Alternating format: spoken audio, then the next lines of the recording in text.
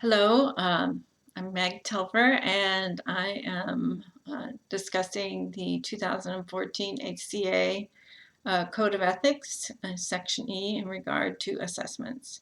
So instead of going through each one, I thought I would just highlight a couple of areas that I found interesting, but also some areas that I found concerning. So, you know, sections E1 to, talk about making sure you understand the test and that your client understands the test and that you're scoring the test correctly. And I think that'll make sense. But in 2B, it talks about that you're responsible for um, making sure that the results are scored correctly. And I remember in the book saying that uh, especially computerized tests can sometimes get scored incorrectly. So a little later, it talks about how if you give any kind of results to, like, say, a court, you have to be able to, you're responsible for making sure they're reproducible and they're validated. And so I guess the moral of that story is to make sure that you check any computer-generated results, as well as your own, obviously, hand ones, to make sure that they are actually scored correctly and not make any assumptions.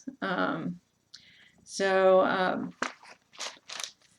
in section E4, it talks about releasing the data to qualified personnel.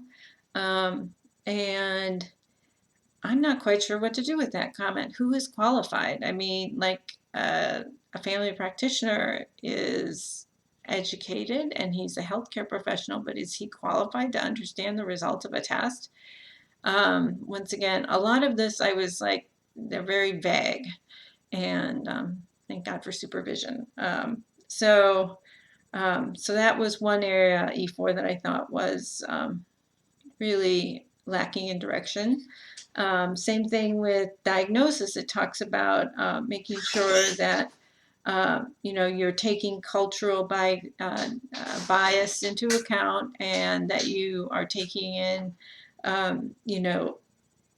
maybe what this diagnosis will mean to them based on the history.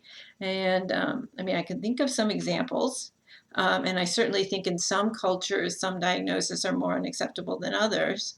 Um, and it says, that maybe it'd be better off to refrain from making a diagnosis than doing it if there's going to be more harm caused. So once again, that is really where supervision would be so important, because I really wouldn't know what to do with that. And then the biggest concern that I have with the ACA's uh, guidance on how to handle assessments is when it talks about multiculturalism.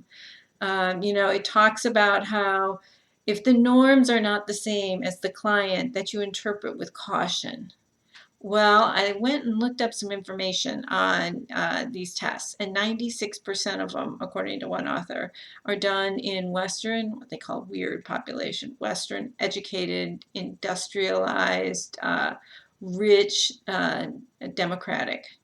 So if 96% of my instruments are in Western culture, how do I manage somebody who, say, is from, you know, East Africa, or, I know I'm from Minnesota originally, and there's a lot of Somalians there. What if I have to make a recommendation on a Somalian using these instruments? How do I interpret the bias with that? That would really be an area that I think that the ACA could definitely give more guidance on. I looked for ways to handle bias in testing, and I found some articles that gave very elaborate ways of how to get the bias out of the test, but not very helpful in terms of what to do with it clinically.